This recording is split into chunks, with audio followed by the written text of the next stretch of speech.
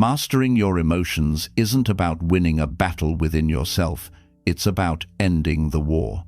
When you no longer react, you begin to choose. When you no longer suppress, you begin to heal. And when you no longer run from emotion, you find peace in the very thing you once feared. The goal is not to eliminate emotion, but to rise above its chaos and use it as a compass towards strength, clarity, and purpose. Remember, emotions are powerful servants but terrible masters. Control them, and you control your life. Let this be the day you stop being a victim of your emotions and start being the master of them. Chapter 1. Awareness. The first step to power. Extended version.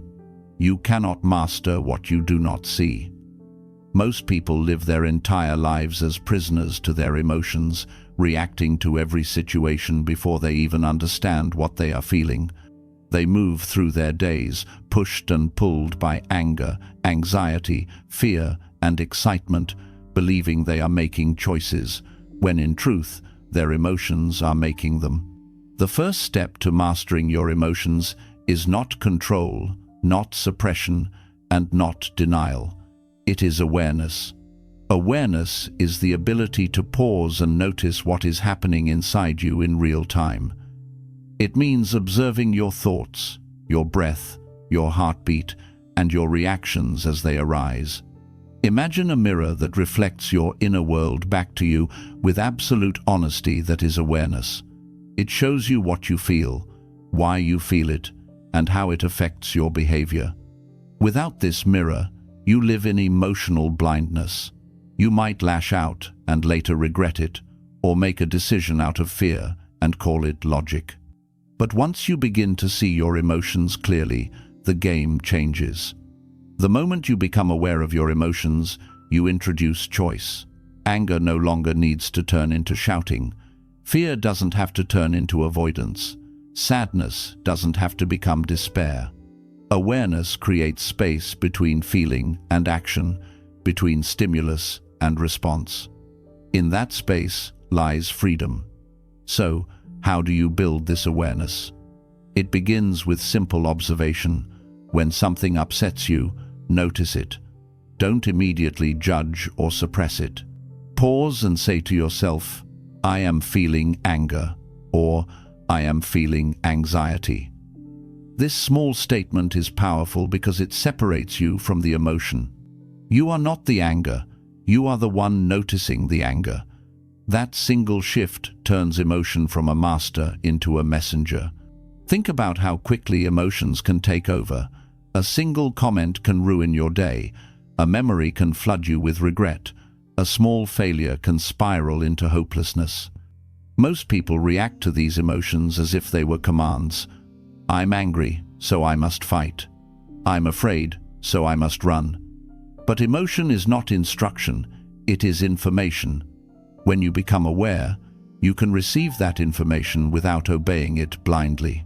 Let's take anger as an example. Anger might be telling you that your boundaries were crossed or that something feels unfair. Without awareness, you explode or shut down. With awareness, you can pause, breathe, and decide what the best response is. Maybe it's a conversation, maybe it's patience, maybe it's letting go. The awareness gives you time to choose. The same applies to fear. Fear is not your enemy. It's a signal that something matters to you. Awareness allows you to ask, what exactly am I afraid of? Is this fear protecting me or limiting me? Once you name the fear, it loses its shadowy power. You might realize it's not the situation itself, but your imagination that is scaring you. Awareness shines a light on those hidden corners of the mind. Building awareness takes practice. It's not a skill you develop overnight. Start with mindfulness in small moments. When you wake up, notice how you feel before touching your phone. When you eat, notice the taste and the sensations. When you speak, notice the tone of your voice. Each act of noticing strengthens the muscle of awareness. Meditation helps tremendously, but awareness doesn't require sitting in silence for hours. you can practice it anywhere during a conversation, while driving, or in the middle of conflict. The goal is not to suppress emotion, but to witness it without losing yourself in it. You may wonder, why does this matter so much? Because awareness changes the quality of your entire life. Without it, emotions drive your behavior in unpredictable ways. You get caught in cycles. Anger leads to guilt, guilt leads to shame, shame leads to withdrawal, and the pattern repeats. Awareness interrupts that cycle. It allows you to see the pattern forming and stop it before it consumes you. When you begin to practice awareness, you'll notice how often emotions arise from assumptions rather than facts. You'll see how your past shapes your present reactions. For instance, a small criticism at work might feel like a deep rejection, not because of the comment itself, but because it touches an old wound. Awareness helps you trace the emotion back to its source. You begin to see that your emotional responses are often echoes of past pain, not reflections of current reality. This understanding gives you compassion for yourself. Instead of blaming yourself for feeling angry or sad, you begin to understand the emotion's origin. You realize it's not weakness, it's human. That self-compassion is part of awareness too. Judging your emotions keeps you trapped in them. Observing them with kindness helps them pass. It's important to remember that awareness is not about eliminating emotion. You're not trying to become a robot. The goal is not to stop feeling, but to stop drowning. Emotions are part of being alive. They give color to your experience, but without awareness, those colors can blur into chaos. With awareness, they form a balanced, intentional picture. Think of awareness as a mental spotlight. Wherever you shine it, clarity follows. When you direct that light inward, you begin to see patterns. What triggers you, what soothes you, what repeats. Over time, you'll notice that awareness itself starts to change the emotions. Just watching an emotion without reacting can dissolve much of its intensity. Awareness neutralizes chaos. Some people resist this practice because they believe awareness will make them soft or passive. It does the opposite. Awareness gives you power. It allows you to stay calm under pressure, make better decisions, and protect your energy. It makes you emotionally intelligent, able to feel deeply but act wisely. That's real strength. Awareness also transforms relationships. When you are aware of your emotions, you communicate better. You stop projecting anger onto others and start expressing needs clearly. You stop expecting people to fix your feelings and start taking responsibility for them. You stop blaming and start understanding. The more aware you become of your own emotions, the more empathy you develop for others. You realize everyone is fighting their own invisible battles. The bridge between emotion and choice is awareness. Without it, you react impulsively, say things you don't mean, and make decisions you later regret. With it, you gain control of your inner world. You start responding instead of reacting. You start choosing instead of being pushed. So the first step to power is not dominance over others or perfect calmness. It's awareness, simple, quiet, deliberate awareness. Each time you pause to observe your inner state, you reclaim a piece of your power. Each moment of noticing strengthens your freedom.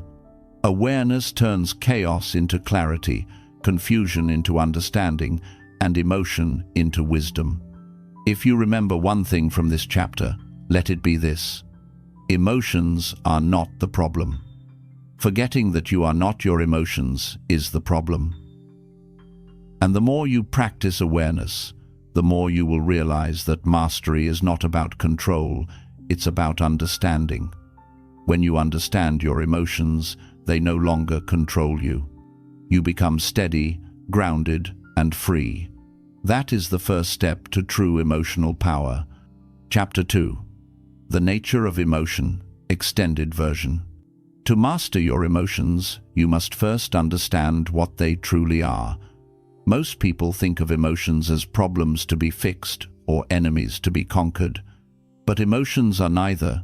They are messengers, vital signals sent by your mind and body to tell you something about your experience.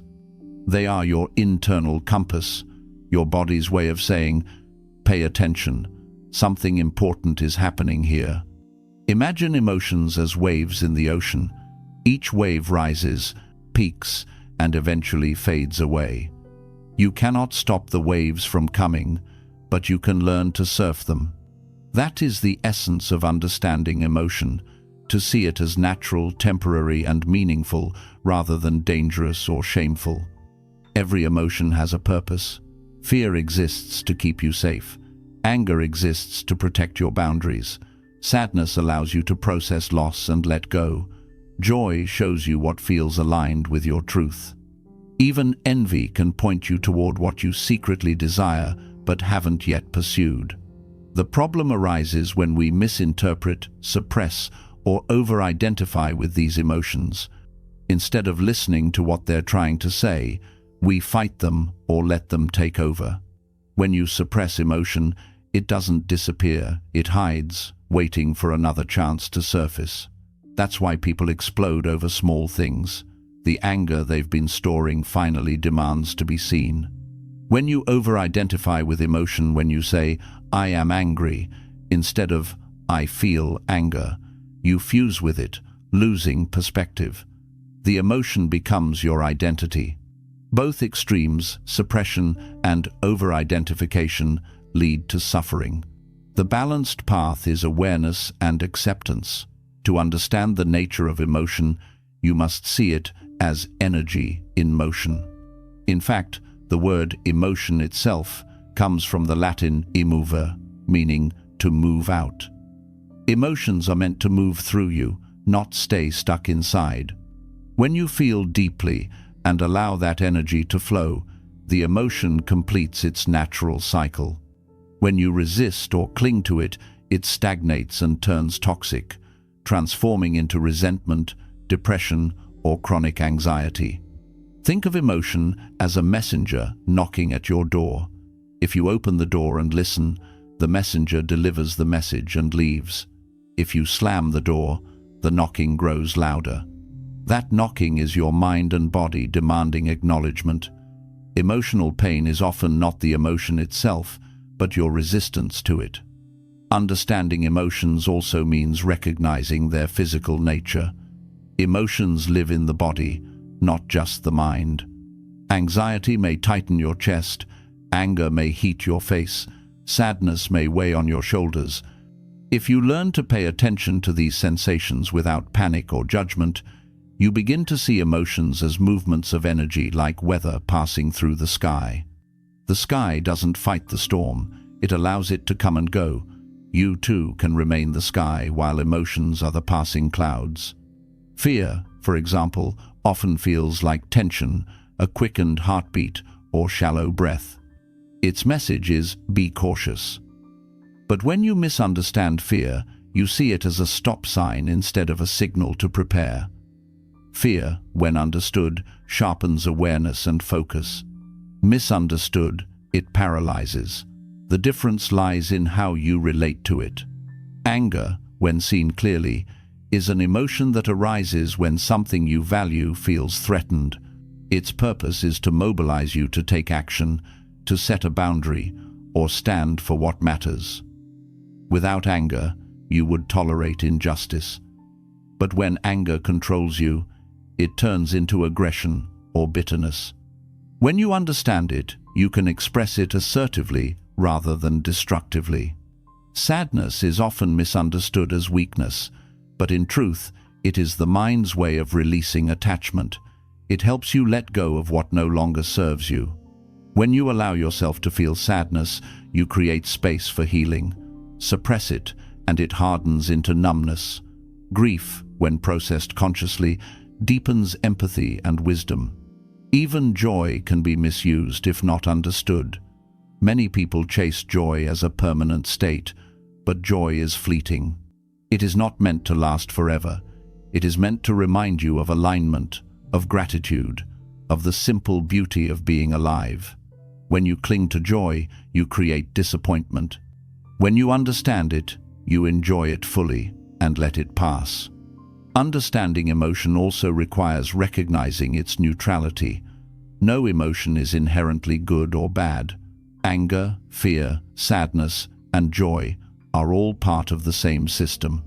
They become positive or negative based on how you handle them.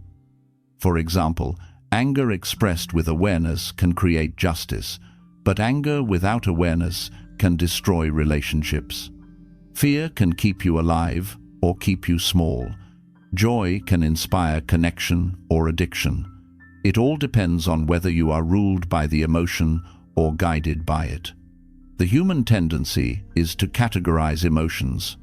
Positive equals good, negative equals bad. But this thinking is limited. The so-called negative emotions often carry your greatest lessons. Discomfort is not your enemy, it is your teacher. If you listen, it will show you what needs healing, what needs change, and what needs acceptance. So, how can you begin to understand your emotions in a practical way? Start by noticing them as they arise without labeling them as wrong. When you feel fear, say to yourself, "This is fear. It's trying to protect me." When you feel anger, acknowledge it. "This is anger. It's reminding me of a boundary."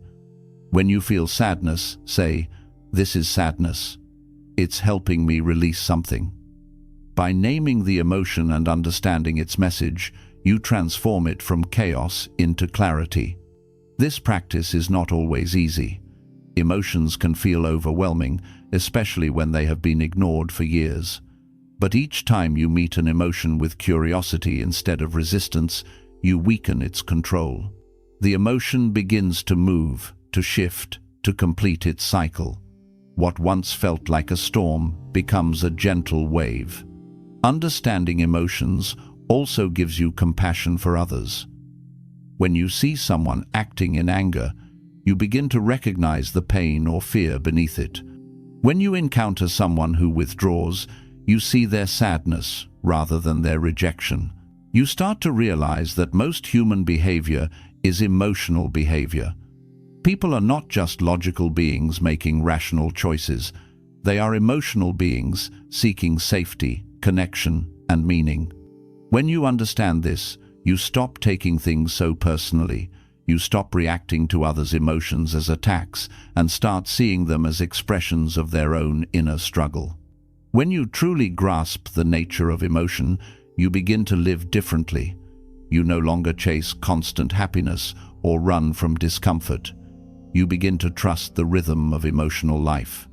You let joy lift you, fear alert you, sadness cleanse you, and anger empower you.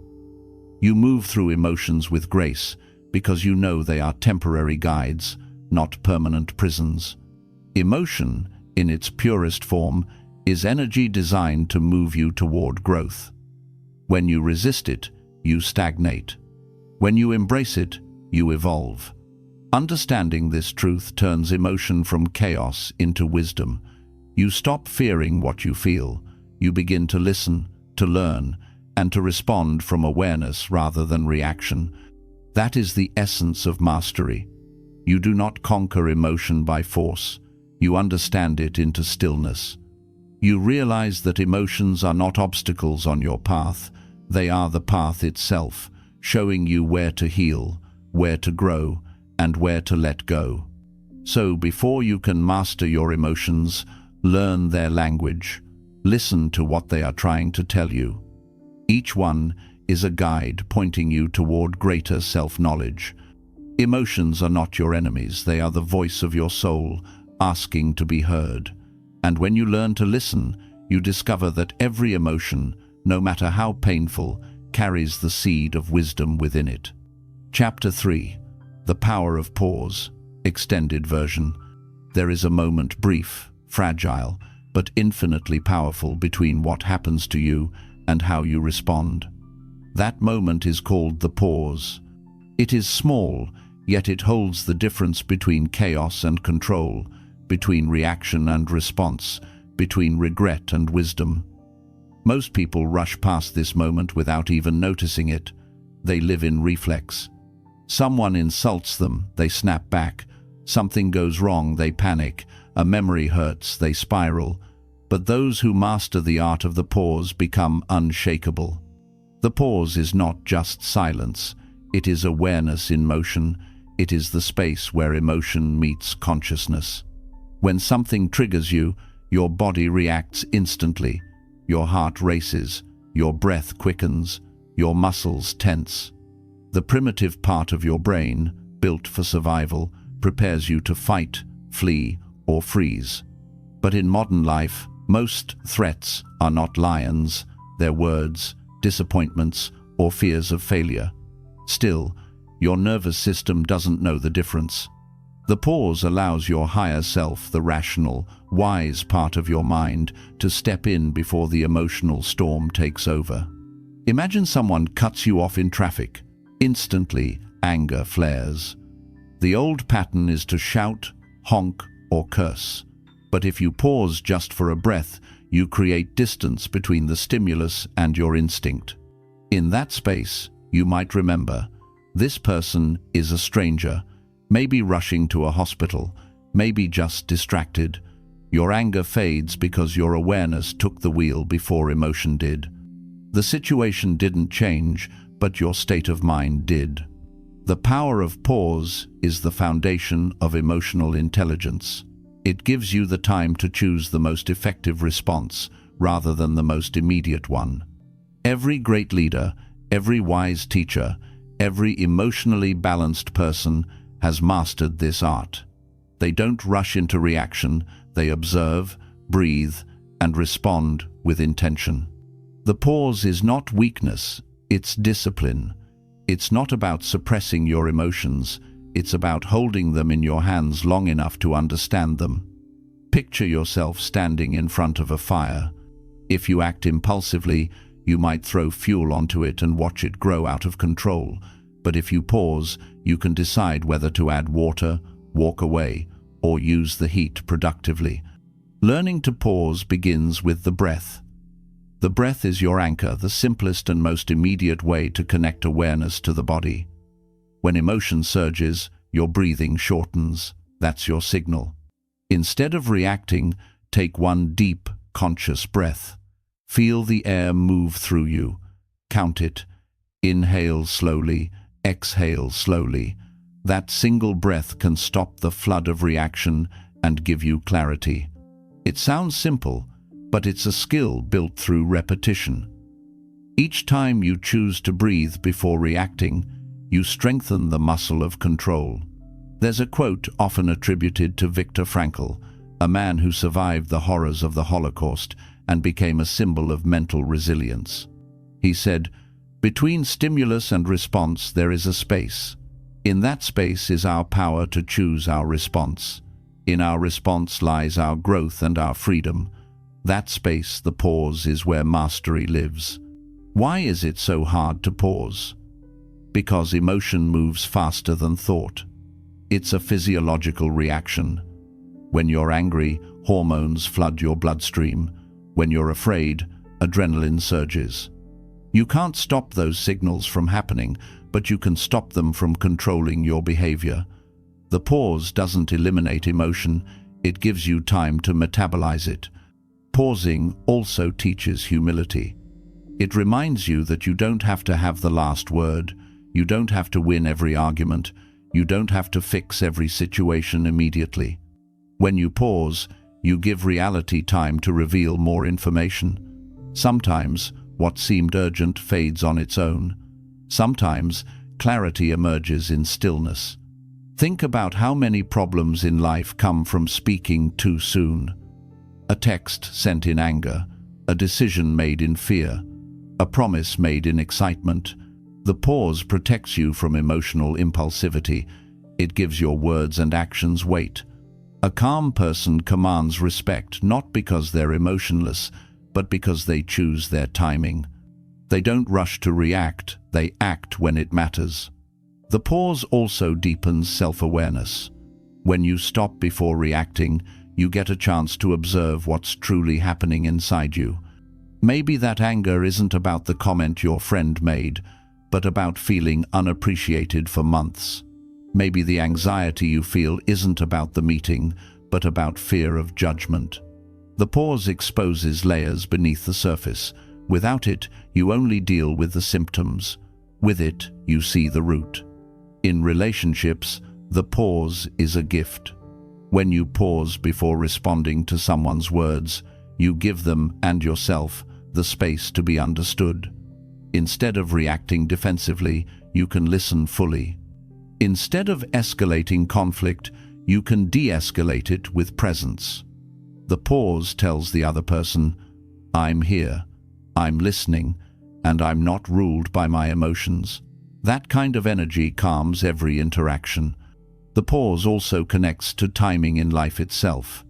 Sometimes, the best decision is not immediate action, but patient observation. Life unfolds in rhythms. If you act impulsively, you interrupt those rhythms. When you learn to pause, you learn to trust that not every emotion demands an instant answer. Some things resolve naturally with time. Practice the pause in small moments first. When your phone buzzes, wait before picking it up. When you crave a reaction on social media, pause before posting. When someone annoys you, take a breath before responding. Each pause builds emotional muscle. Over time, you'll notice that you no longer feel hijacked by your emotions. They may still appear, but you meet them with calm authority. Here's a truth most people overlook. The pause doesn't make you slower. It makes you more precise. It sharpens your perception. It saves time because you avoid unnecessary damage and wasted energy. Acting without pausing often leads to mistakes that require days or years to fix. A pause takes seconds, but its impact lasts much longer. In moments of chaos, the pause can feel unnatural. Your mind will scream, "Do something." But action taken in chaos rarely leads to wisdom. When you pause, you create a sacred gap, a place where intuition can speak, where reason can breathe, and where emotion can settle. That's when true intelligence emerges. To master your emotions, you must master the pause. It is not the absence of emotion, it is the birth of control. It's the space where your higher self steps in and says, "Wait, let's see clearly first." That brief stillness becomes your shield, your strength, your source of freedom. Over time, you'll find that the pause transforms not only how you handle emotions, but how you experience life. You start living deliberately instead of reactively. You move from chaos to clarity. You make decisions that reflect who you are, not what you feel in the moment. So when the world demands your reaction, choose your response. When emotion rises like a wave, ride it, but don't drown. Breathe, pause, and remember, you are not your reaction. You are the awareness that decides what comes next, and in that choice lies your power. Chapter 4.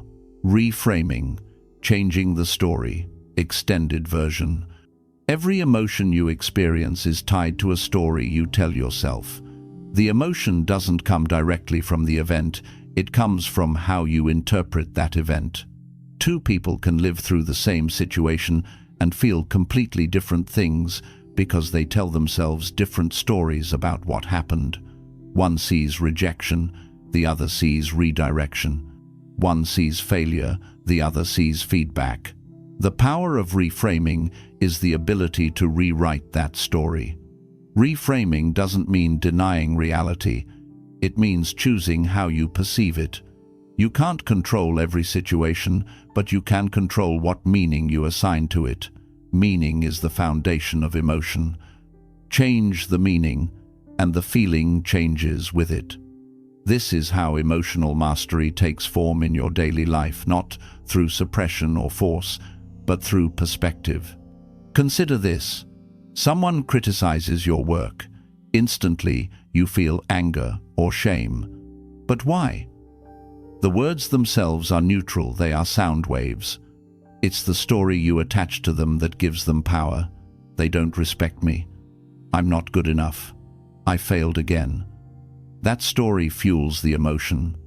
But if you pause and reframe it, they're offering feedback that could help me improve, or their opinion doesn't define my worth, the emotion softens. The situation hasn't changed, but the story has, and with it, your emotional reality. The stories you tell yourself shape your entire emotional world. Many of these stories were formed long ago through childhood experiences, social conditioning, or past pain. Maybe you learned that mistakes equal failure, or that love must be earned, or that people can't be trusted. Those old stories become emotional lenses through which you view every new experience. Reframing allows you to challenge those lenses, to see with fresh eyes. Let's take a closer look at how stories form. Something happens, a breakup, a disappointment, a loss. The mind immediately creates a narrative to make sense of it. I'm not lovable. I can't trust anyone. Nothing ever works out for me. That story provides temporary order in chaos, but it becomes a self-fulfilling prophecy. You begin to see the world through that filter, gathering evidence to prove it true.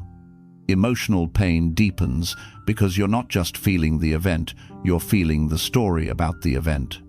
Reframing breaks that loop. It asks you to question the story. Is it absolutely true? Is there another way to see it? What if this isn't the end, but a beginning? What if what feels like loss is actually space being cleared for something better? These questions don't erase the emotion, they release it from distortion. Reframing is not positive thinking.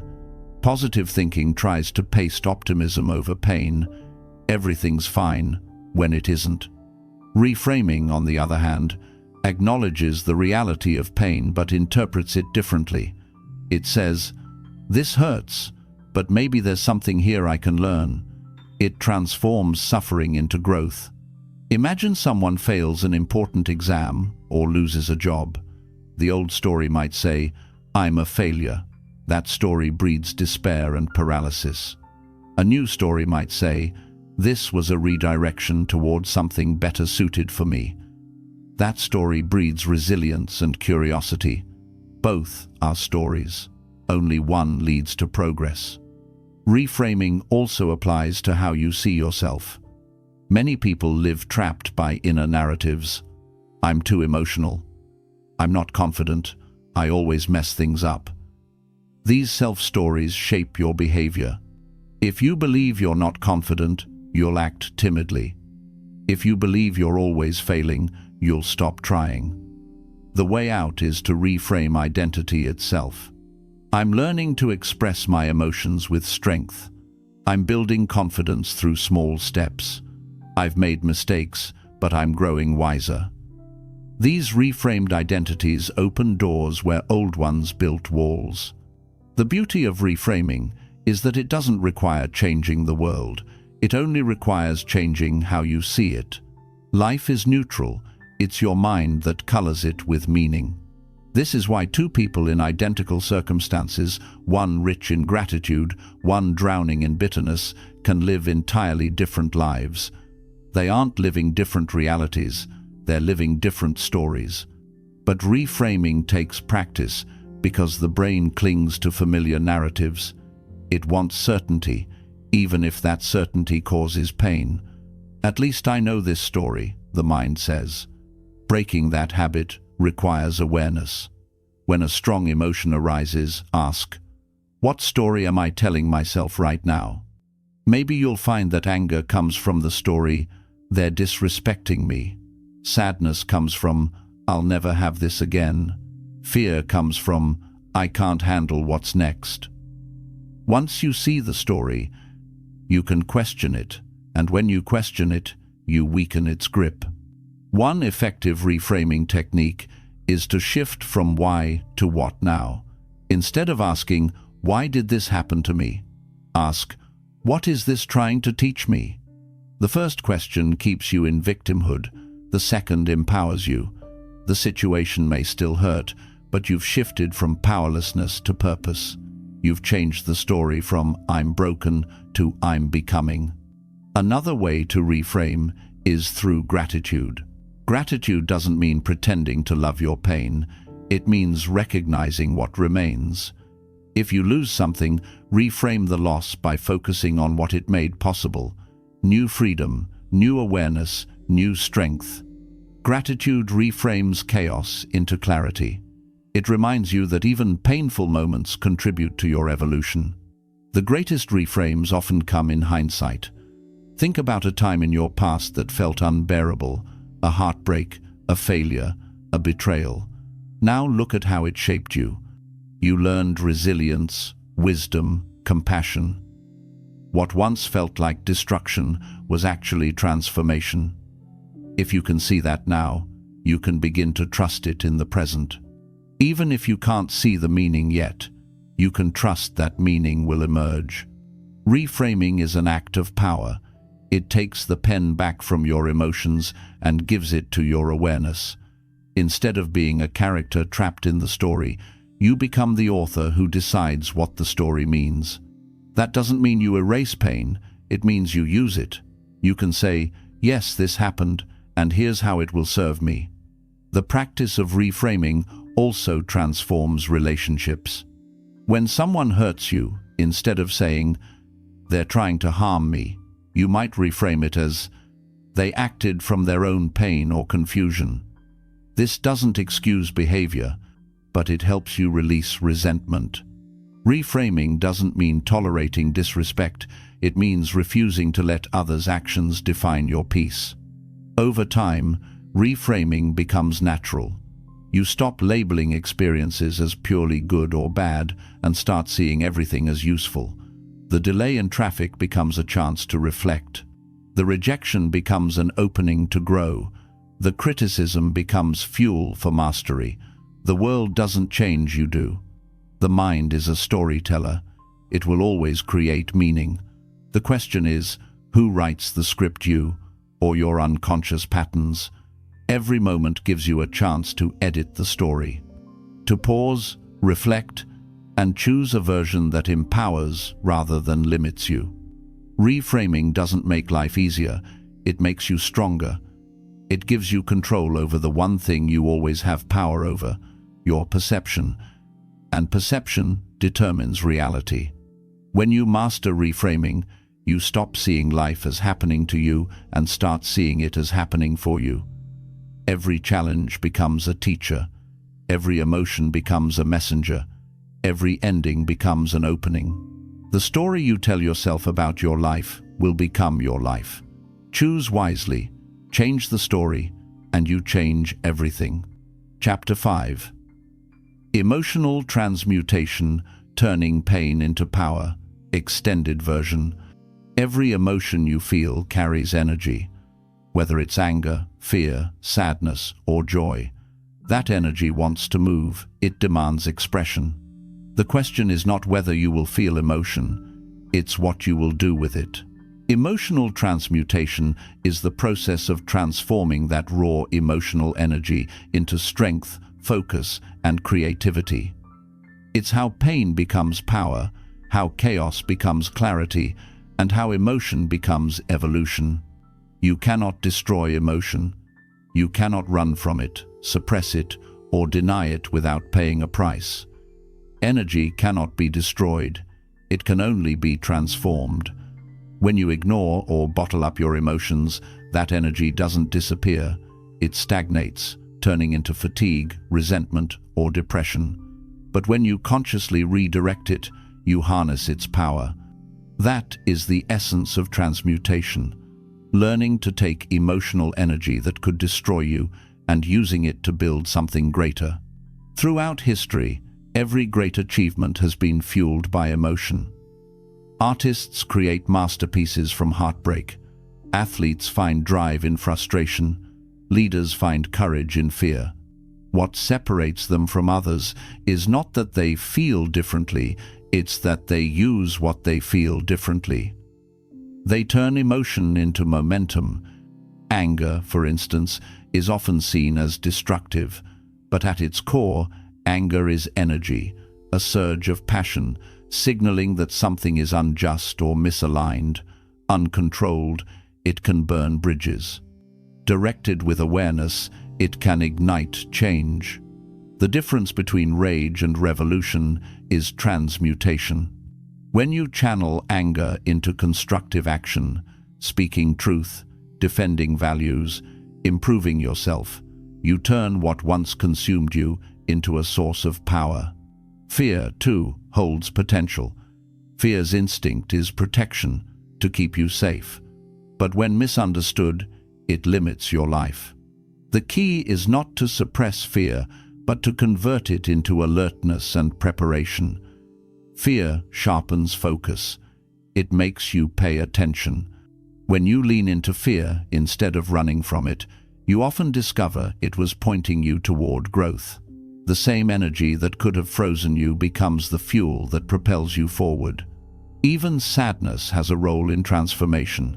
Sadness is not weakness, it's the emotion of release. It softens you, humbles you, opens you. Through sadness, the heart becomes more compassionate, more connected. When you allow sadness to move through you instead of resisting it, it clears emotional weight, making space for wisdom. From that space, you often create your deepest insights, art, and empathy. Transmuting emotions starts with one truth. You must feel it to free it. You can't transform what you won't touch. Avoidance traps emotion, awareness liberates it. When pain arises, don't push it away. Sit with it, let it speak, ask it what it wants to tell you. Every emotion has a message. Anger might be saying, you need to set a boundary. Fear might whisper, you're stepping outside your comfort zone. Sadness might say, it's time to let go. Once you hear the message, the emotion can evolve. The process of emotional transmutation has 3 stages: awareness, acceptance, and redirection. First, awareness, recognizing what you feel and naming it. You can't work with what you deny. If you're angry, say, I feel anger. If you're afraid, admit, I feel fear. This creates distance between you and the emotion. Second, acceptance, allowing the emotion to exist without judgment. This doesn't mean indulgence, it means surrender. Feel it fully. Let your body process it. Cry if you need to. Breathe through the tension. When you stop fighting the emotion, it begins to move. Third, redirection, taking that emotional energy and giving it a new direction. Use it to take action, create, learn, or improve. Channel frustration into a workout, heartbreak into writing, anxiety into planning. Movement is the language of transformation. Once emotion moves, it shifts from destructive to creative energy. Transmutation is not suppression dressed as strength. Suppression is control through fear. Transmutation is mastery through understanding. It doesn't mean pretending not to hurt, it means using the hurt to build something meaningful. Think about how nature works. The same fire that burns a forest also clears the way for new growth. The same pressure that can crush coal creates diamonds. Emotional energy follows the same law, transformation through direction. What destroys one person can awaken another. Emotional transmutation also requires purpose. Emotion without direction can become chaos, but when you give it purpose, it becomes power. Ask yourself, what can I do with this energy? What can this emotion teach me or push me toward?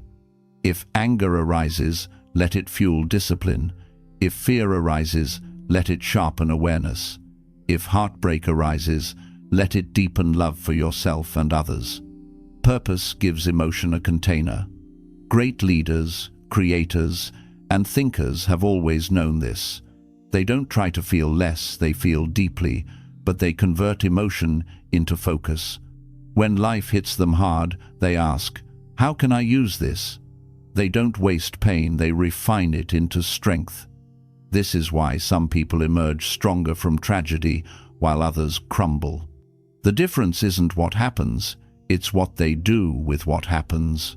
Transmutation also brings freedom from emotional dependence. Many people rely on external sources, validation, success, relationships to regulate how they feel. But when you learn to transmute emotion internally, you become emotionally self-sufficient. You no longer wait for the world to make you feel good. You turn inward and create power from within. That's what makes you unbreakable. Another vital aspect of emotional transmutation is physical movement. Emotions are stored in the body. They manifest as tightness in the chest, tension in the shoulders, restlessness in the stomach. Movement, whether through exercise, breath work, or even a walk, helps that energy flow. You cannot think your way out of emotion, you must move it through your system. Once it moves, clarity follows. Transmutation also involves creativity. Creativity is emotion expressed constructively. Write, paint, play music, build something. These acts give form to feelings that words cannot capture. When you create, you give your emotions purpose. Instead of being consumed by energy, you release it into something beautiful. Many of the world's greatest works were born from pain that was transformed into expression. To practice emotional transmutation daily, pay attention to where your energy goes. Every reaction, every thought, every habit is a form of energy exchange. Are you using your emotional energy to complain or to grow? Are you feeding frustration or channeling it into discipline? Each moment gives you a choice. Recycle your emotions into patterns or refine them into progress. Remember that transmutation doesn't happen instantly. Transformation is a process. At first, pain will feel heavy, anger will feel uncontrollable, and fear will seem paralyzing. But with practice, you'll begin to recognize emotion not as an obstacle, but as potential energy waiting for direction. The more you work with it consciously, the faster it changes form. The ultimate goal of emotional transmutation is integration, when you no longer resist emotion, but use it as fuel for your purpose. You begin to trust your emotional nature instead of fearing it. You stop labeling emotions as good or bad. You start seeing them all as raw materials for growth. Imagine your emotions as elements: fire, water, air, earth. Each one has its use. Fire can destroy or warm, water can drown or cleanse, air can scatter or inspire, earth can bury or nurture. When you master transmutation, you become the alchemist of your inner world. You decide how each element serves you. This is the secret of emotional mastery. You don't fight emotion, you refine it. You don't numb your feelings, you elevate them. Every surge of emotion becomes a signal of power rising within you, waiting to be shaped. When anger comes, channel it into creation. When fear comes, channel it into focus. When sadness comes, channel it into wisdom. When joy comes, channel it into gratitude. That is how emotion becomes energy, energy becomes purpose, and purpose becomes power. In the end, emotional transmutation is the art of living fully, feeling everything, yet being ruled by nothing. It's the bridge between emotion and empowerment. Pain becomes your teacher, fear becomes your guide, and emotion becomes your greatest source of strength. That is how you turn what once held you back into the very force that propels you forward. Chapter 6. Detachment. Freedom from control, extended and deep version. Detachment is one of the highest forms of emotional mastery. It is the art of remaining steady in a world that constantly tries to pull you into reaction, attachment, and chaos. Yet detachment is widely misunderstood. People often mistake it for indifference, coldness, or emotional numbness. But true detachment isn't about not caring, it's about caring deeply without losing yourself in what you care about. It's about staying calm in the middle of a storm, not because you don't feel the wind, but because you have learned to anchor yourself. To detach means to be free, free from the control of outcomes, free from the grip of other people's opinions, free from the endless tug-of-war between desire and fear. When you practice detachment, you stop clinging to how life should be and start living with what is. That doesn't mean giving up ambition, dreams, or love. It means pursuing all of those things with peace instead of desperation. Attachment is the root of most emotional suffering. We attach to outcomes, wanting things to turn out a certain way, and when they don't, we suffer. We attach to people expecting them to fulfill our needs, and when they change or leave, we suffer. We attach to identities, believing we are our job, our reputation, our image, and when life challenges those illusions, we crumble. Attachment breeds fear, and fear breeds control. Detachment breaks that cycle. It allows you to participate in life fully, but without being enslaved by it. Imagine holding a handful of sand. If you grip it too tightly, the sand slips through your fingers. If you hold it gently, it stays in your palm. That's detachment. You can love, work, strive, and care, but without clinging. When you cling, you try to control what cannot be controlled: time, people, change, and the future. Detachment is accepting that you can influence life, but not possess it. Detachment begins with awareness. Notice what you cling to. It could be an idea of how someone should treat you, an outcome you're chasing, or an identity you feel you must protect. Ask yourself, what am I afraid will happen if I let this go? That fear reveals your attachment. Beneath every attachment lies a fear of loss of love, security, control, or self-worth. Awareness of that fear is the first step toward freedom. When you start practicing detachment, you may feel uncomfortable. Your mind will resist because it equates attachment with safety. It will say, if I stop worrying, I'll lose control. But here's the truth: you were never in control to begin with. Control is an illusion created by fear. Detachment isn't losing control. It's losing the need for control. It's replacing resistance with trust. Think of detachment as emotional balance. It doesn't mean you stop feeling. It means your emotions no longer dictate your behavior. You can feel anger without revenge, love without obsession, sadness without despair. You begin to see emotions as waves passing through you, not as commands you must obey. Detachment gives you perspective. You stop being inside the storm and start watching it from above. In relationships, detachment is essential for true connection. When you are attached, your love becomes possessive. You want to own, to control, to secure. You make the other person responsible for your happiness. This creates fear and pressure. But when you practice detachment, your love becomes pure. You allow others to be themselves without demanding that they fulfill your expectations. You love because you choose to, not because you need to.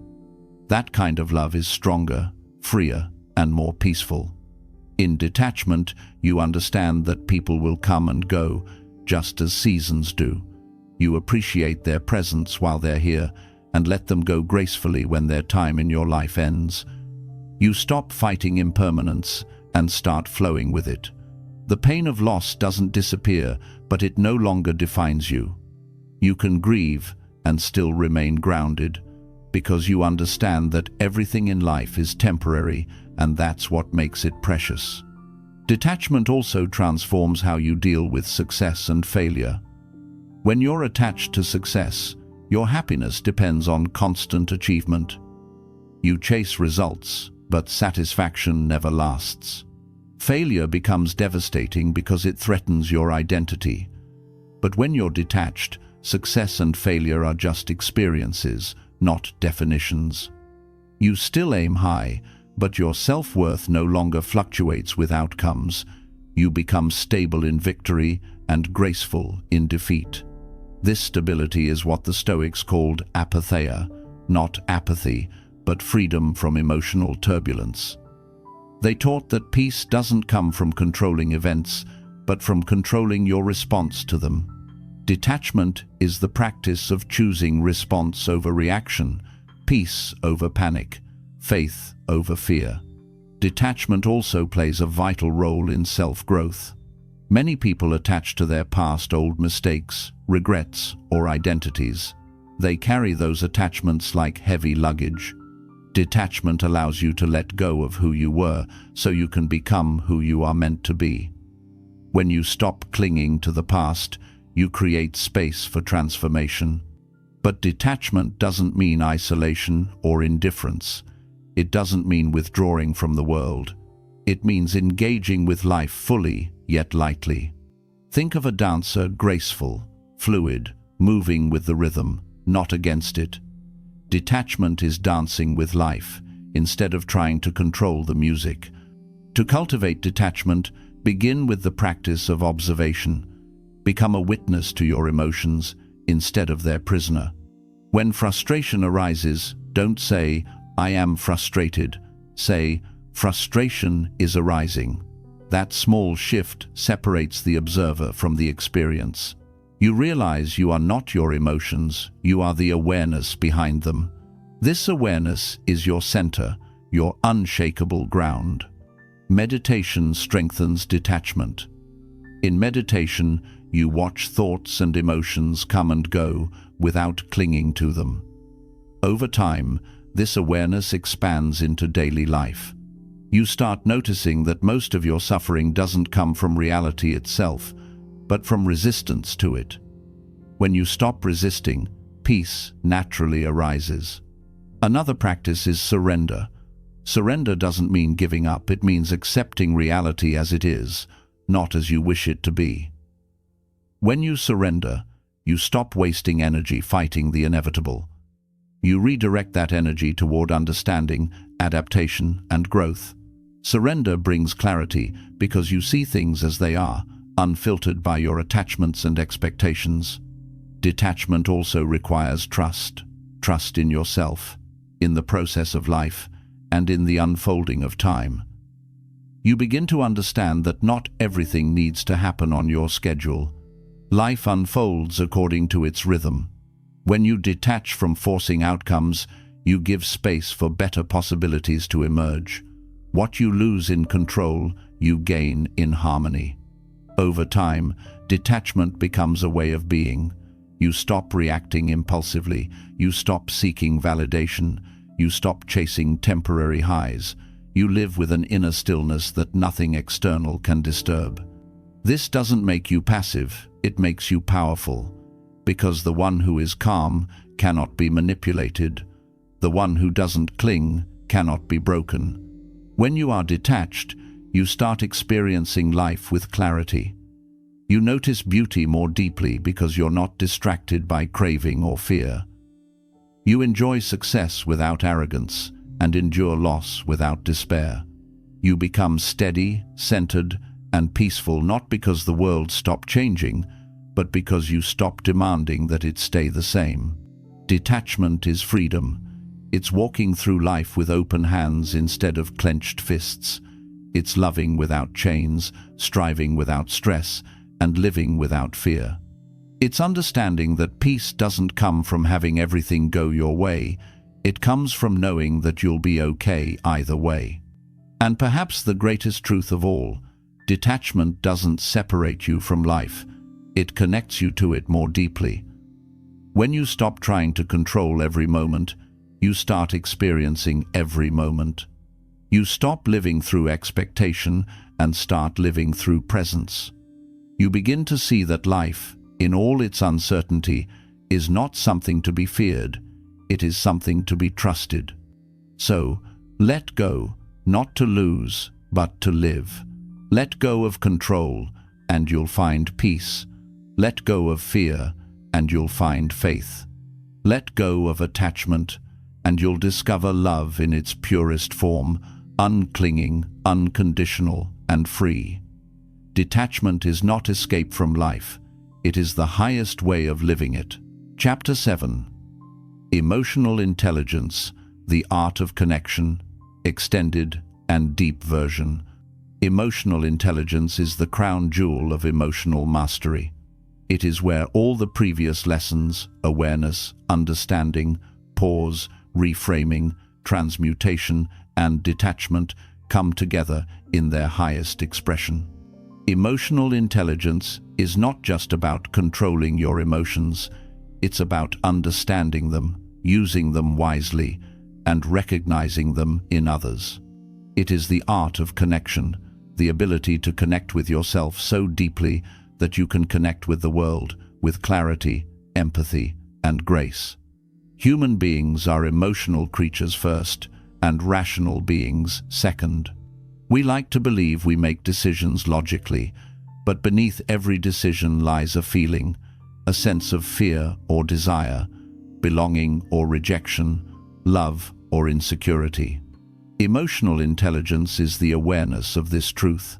It is learning to navigate the emotional currents that drive behavior, both yours and others. It's not about being emotionless, it's about being emotionally skillful. At its core, emotional intelligence has four main pillars: self-awareness, self-regulation, empathy, and social skill. Each of these pillars builds upon the others, creating balance between inner understanding and outer harmony. Self-awareness is where it all begins. You cannot understand others until you understand yourself. Self-awareness means knowing what you feel and why you feel it. It's recognizing how your emotions influence your thoughts, words, and actions. A self-aware person doesn't deny anger or fear. They observe it and learn from it. They can admit, "I'm irritated because I feel unheard," or "I'm anxious because I'm stepping into the unknown." That honesty allows for growth. Without self-awareness, emotion controls you. With self-awareness, you control emotion. It's the difference between unconsciously lashing out and consciously expressing what you need. It's also the foundation of authenticity. People trust those who are self-aware because they project truth, not pretense. The second pillar is self-regulation, the ability to manage what you feel without being ruled by it. It's the practice of responding rather than reacting. When life tests you, self-regulation gives you that brief pause, the sacred space to choose your response. It means you can feel anger without letting it become cruelty, feel fear without letting it become paralysis, and feel excitement without letting it become recklessness. Self-regulation doesn't mean you suppress emotions. It means you express them consciously. You can tell someone you're upset without aggression. You can admit you're afraid without shame. You can walk through chaos without losing your center. Emotional regulation transforms you from a reactor into a responder, from a victim of emotion into a leader of it. Then comes empathy, perhaps the most misunderstood quality in modern life. Empathy is not simply feeling sorry for others, it's the ability to feel with them. It's seeing the world through another person's emotional lens without losing your own balance. Empathy requires both open-heartedness and boundaries. Too little empathy leads to disconnection. Too much, without balance, leads to emotional exhaustion. True empathy allows you to understand others without absorbing their pain. Empathy is powerful because it dissolves judgment. When you truly understand someone's emotions, what drives their anger, fear, or sadness, you stop taking their behavior personally. You see the human behind the reaction. You realize that most people are not malicious, they're simply struggling. This shift from judgment to understanding changes how you communicate, how you lead, and how you love. The fourth pillar is social intelligence, the ability to use your awareness of emotion to navigate relationships skillfully. It's reading the unspoken signals. the tone of a voice, the tension in a silence, the energy of a room. It's knowing when to speak and when to listen, when to push and when to pause. Social intelligence is not manipulation, it's harmony. It's understanding that human beings communicate as much through emotion as through words. When you combine all these pillars, self-awareness, self-regulation, empathy, and social skill, you become emotionally intelligent. You can manage your own inner world while gracefully navigating the outer one. You develop what many call emotional presence, the ability to make others feel seen, heard, and understood without losing your own grounding. Emotional intelligence is also the foundation of effective leadership. A true leader is not someone who controls others through authority, but someone who inspires through understanding. They know that people don't follow instructions, they follow emotions. A leader with emotional intelligence listens before speaking, calms rather than escalates, and guides through example. They recognize that leading others begins with mastering oneself. In personal relationships, emotional intelligence is what separates connection from chaos. Many relationships fail not because of lack of love, but because of lack of understanding. Two people may love each other deeply, yet destroy that love through emotional immaturity, reacting impulsively, refusing to listen, projecting blame. Emotional intelligence teaches you to communicate from awareness rather than reaction. It helps you say, "I feel hurt when this happens," instead of, "You always do this." That simple shift from accusation to expression transforms conflict into understanding. It also teaches you how to set healthy boundaries without guilt. Emotional intelligence understands that saying no is not rejection, it's respect, both for yourself and the other person. It allows you to care for others without losing yourself in them. It helps you recognize when empathy turns into enabling and when kindness becomes self-sacrifice. Emotional intelligence is also the foundation of healing. Many emotional wounds come not from what happened, but from the meaning we attach to it. Through emotional awareness and empathy, both for ourselves and others, we begin to reframe the past. We can look back at our pain and see not punishment, but preparation, not loss, but lesson. That shift in perception dissolves resentment and opens the door to forgiveness. To cultivate emotional intelligence, begin with presence. Be present with yourself and others. When you speak, listen fully, not to respond, but to understand. When you feel something, explore it not to judge, but to learn. Presence deepens awareness, and awareness deepens connection. Next, practice emotional vocabulary. Most people describe emotions with vague terms. I'm fine, I'm upset, I'm stressed. But those words don't capture the nuance of what's happening. The more precisely you can name your emotion, the better you can work with it. Are you angry? Or are you disappointed? Are you anxious? Or are you uncertain? Clarity brings control. When you can name it, you can navigate it. Emotional intelligence also grows through curiosity. When emotions arise, yours or someone else's, ask why. Why do I feel defensive? Why does this person react this way? Curiosity turns judgment into understanding. It invites compassion into places where ego once ruled. But perhaps the greatest mark of emotional intelligence is humility, the recognition that no matter how much you learn, emotions will always be part of being human. There will still be moments of anger, sadness, jealousy, or fear. Emotional intelligence doesn't make you perfect, it makes you aware. It helps you recover faster, communicate clearer, and live wiser. In the modern world, where noise and distraction dominate, emotional intelligence is rare and therefore powerful. Technology may connect us instantly, but only emotional intelligence allows us to connect meaningfully. It bridges the gap between logic and humanity, between self and other. When you develop emotional intelligence, you become a mirror of peace in a world of reaction. People feel calmer around you because your energy is steady. They open up because they sense you listen without judgment. You become a safe space in a chaotic world. That, more than any achievement, is true strength. Emotional intelligence also enhances creativity and decision-making. When you understand emotions, you understand motivation. You can discern when a decision is driven by fear or by purpose, when an idea is born from insecurity or inspiration. Emotional intelligence allows logic and intuition to work together instead of against each other. You begin to trust your feelings without being enslaved by them.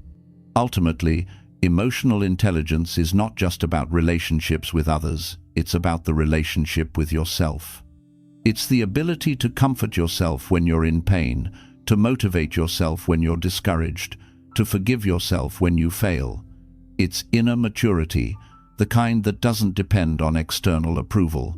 When you reach this level of understanding, you become emotionally independent yet deeply connected.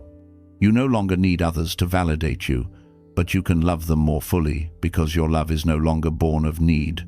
You lead not by control, but by calm influence. You connect not to fix others, but to understand them. Emotional intelligence is the bridge between the mind and the heart. It's the ability to think with feeling and feel with thought. It's the union of awareness and compassion, strength and softness, logic and love. When you cultivate it, you move through life with grace. In the end, emotional intelligence is not just a skill, it's a way of being. It's how you show up for yourself and others. It's how you turn understanding into empathy, awareness into wisdom, and emotion into connection. When you master emotional intelligence, you don't just master your emotions, you master your humanity. You learn to live not against emotion, but with it. You become grounded in awareness, guided by compassion, and free in connection. And that is the highest form of emotional power, not dominance, not suppression, but understanding. The one who understands emotions understands life itself. Chapter 8. Integration, Becoming the Master of Yourself. Extended and Deep Version. Emotional mastery is not a single skill, it is the integration of many. Awareness, understanding, pause, reframing, transmutation, detachment, and emotional intelligence are not steps to be completed. They are practices to be lived, woven together until they form your natural way of being. This integration is where true transformation happens. You stop working on yourself and start living as your highest self. The lessons no longer exist only in your mind, they flow through your presence, your choices, and your relationships. You begin to embody calm in chaos, clarity in confusion, and compassion in conflict. That is mastery, not perfection, but integration.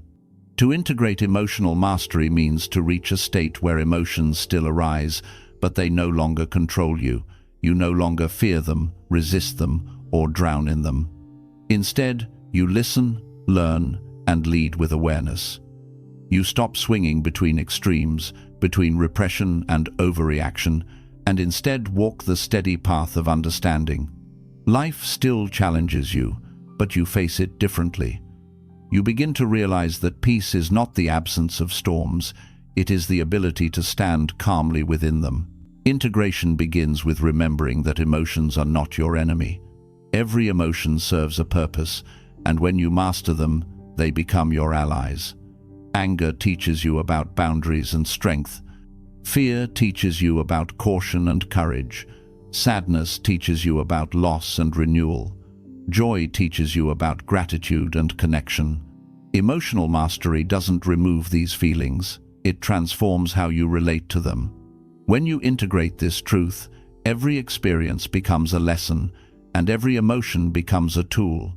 Integration also means you stop compartmentalizing your inner world. Most people live fragmented lives, one part of them aware and controlled, another part reactive and wounded. They show calmness at work but rage at home. They speak kindly to others but cruelly to themselves. Integration unites these parts.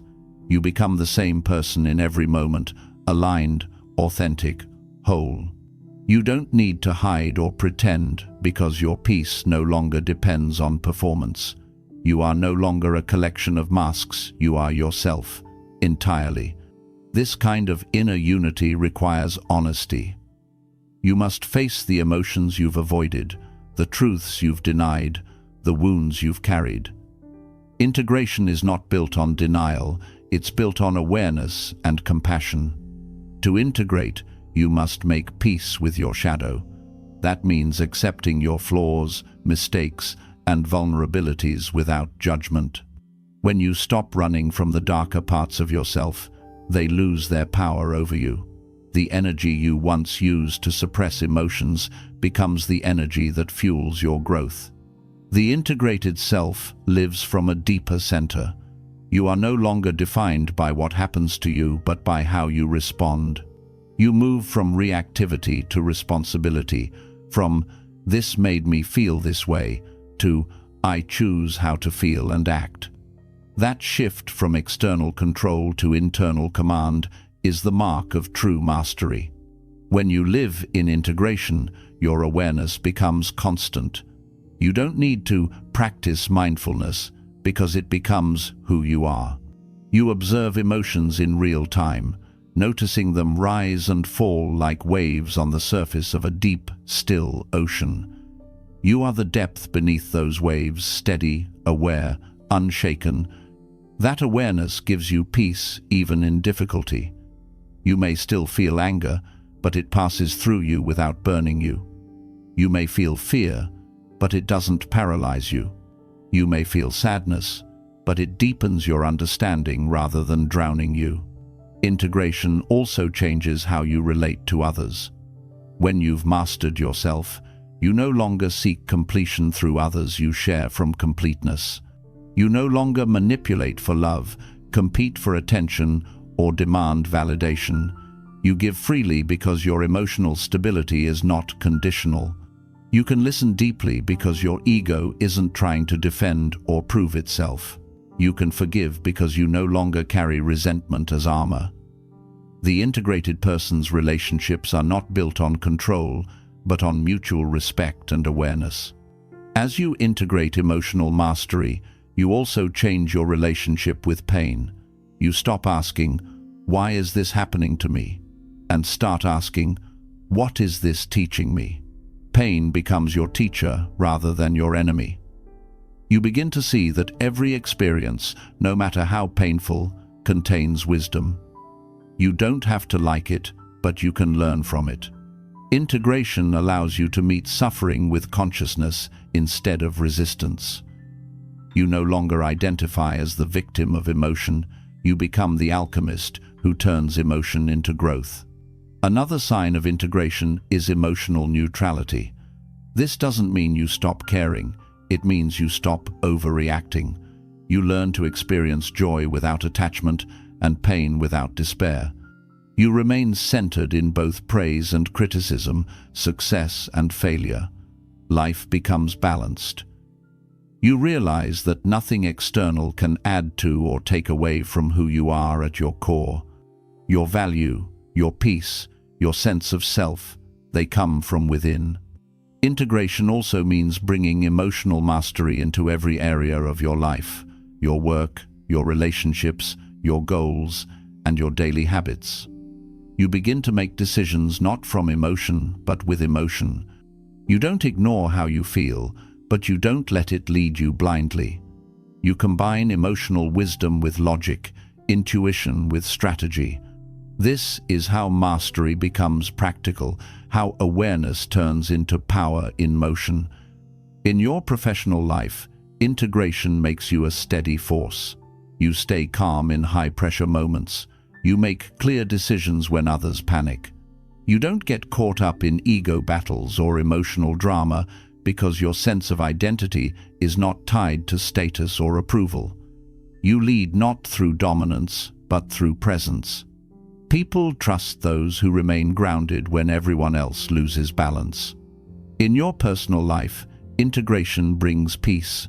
You stop expecting others to save you or complete you. You understand that love thrives not from dependency, but from freedom. You can love deeply while remaining detached from control. You can care without carrying. You can walk away when necessary, not out of anger, but out of clarity. That kind of peace is the hallmark of integration. Integrating emotional mastery also transforms how you experience solitude. Where once silence felt uncomfortable, now it feels sacred. You find comfort in your own presence because you no longer need distraction to escape yourself. Solitude becomes your sanctuary, a space where you reconnect with your essence, reflect on your path, and restore your energy. You stop chasing noise because peace has become your natural state. Over time, integration leads to emotional wisdom, the deep knowing that everything in life is temporary and that your power lies in how you meet each moment. You begin to live less from reaction and more from intention. You realize that no situation has the power to define you unless you allow it. This realization brings inner freedom, the kind that no circumstance can take away. To live in emotional integration is to live in alignment with truth. You understand that emotions are guides, not gods. They serve you, but they do not rule you. You respect them, but you do not worship them. You feel them fully, but you do not become them. You remain aware, compassionate, and balanced. Integration is not a final destination, it's a state of flow. You will still face challenges, triggers, and emotional waves, but you'll meet them with maturity. You'll know how to return to your center, how to breathe through the storm, and how to extract meaning from every experience. You stop striving to be unshakable because you realize that true strength is flexibility, the ability to bend without breaking. Ultimately, integration is self-mastery, not over others, but over your own mind and emotions. It is the realization that you are the observer of all that arises within you. When you live from that awareness, peace becomes your baseline. You no longer chase it, it becomes who you are. To integrate emotional mastery is to wake up from unconscious living.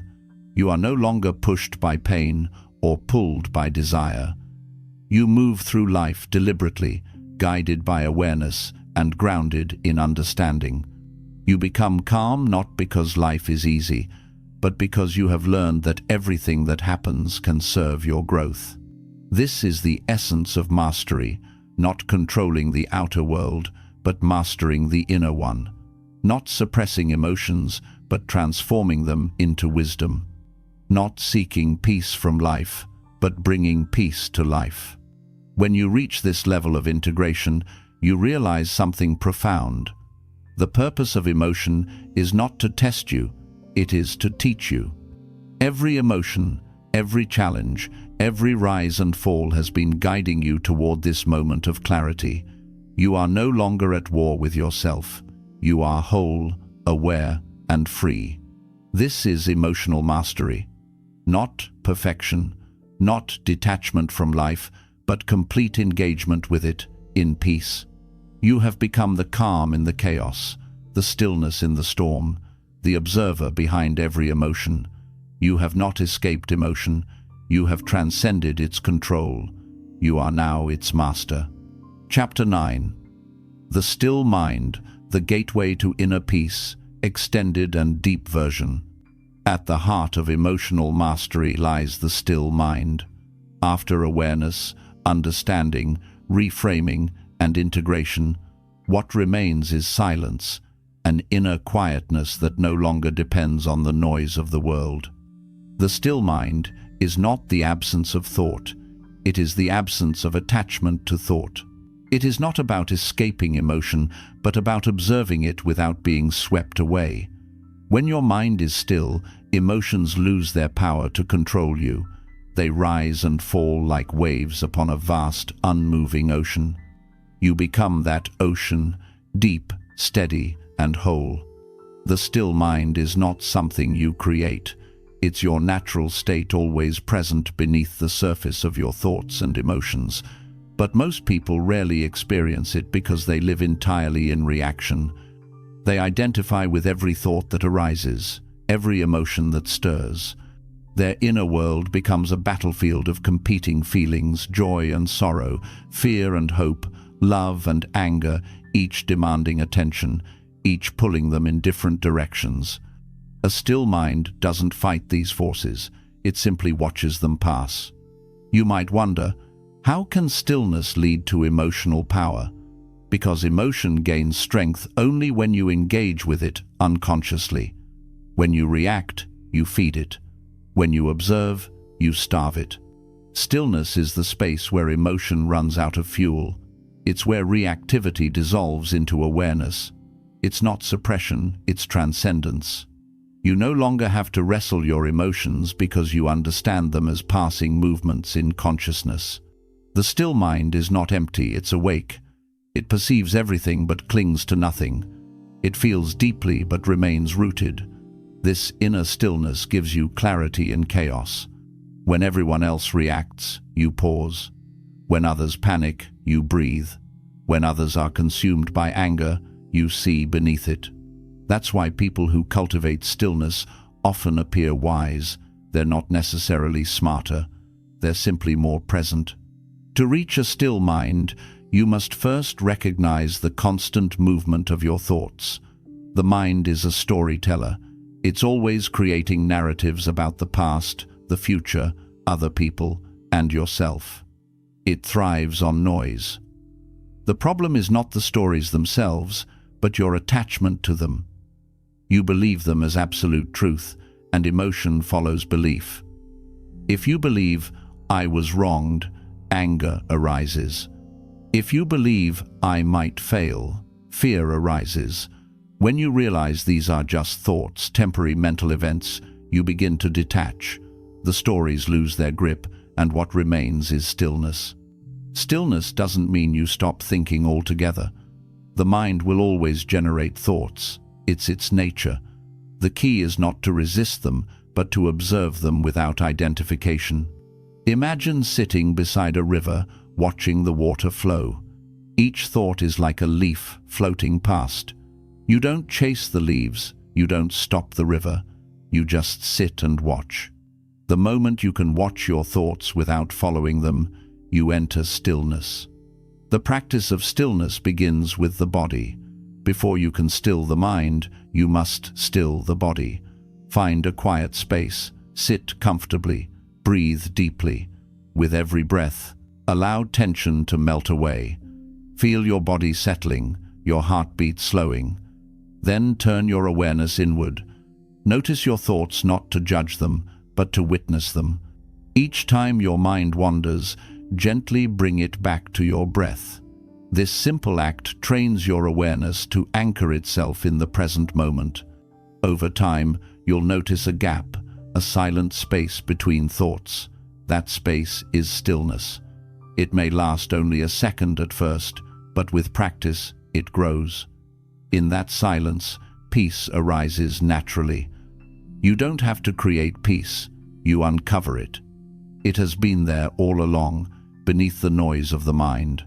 As stillness deepens, your relationship with emotion changes. You begin to see emotions as energy passing through the field of awareness. They no longer feel like you. You can say, "Anger is arising," instead of "I am angry." That one shift changes everything. You move from being in the emotion to being aware of it. The more you rest in awareness, the more fleeting emotions become. Even strong feelings like rage or grief lose their ability to consume you. They come, they stay for a while, and they leave just like clouds drifting across the sky. The still mind also sharpens intuition. When the noise of thought quiets, you can hear the deeper wisdom beneath it, the voice of intuition, of the heart, of truth. Decisions become clearer because they're not clouded by overthinking or emotional confusion. You stop second-guessing yourself because you trust the calm voice within. Stillness also brings compassion. When your mind is quiet, you stop projecting your pain onto others. You see them not through your ego, but through empathy. You understand that everyone is moved by emotions they can't yet master. Instead of judging, you feel compassion. Instead of reacting, you respond with understanding. The still mind doesn't just bring peace, it brings love, because love is what remains when the noise of fear fades. But cultivating a still mind is not easy. The modern world thrives on distraction. You are constantly bombarded with stimulation, screens, notifications, opinions, information. The mind becomes restless, addicted to movement. It believes that silence is unproductive, that stillness is boredom.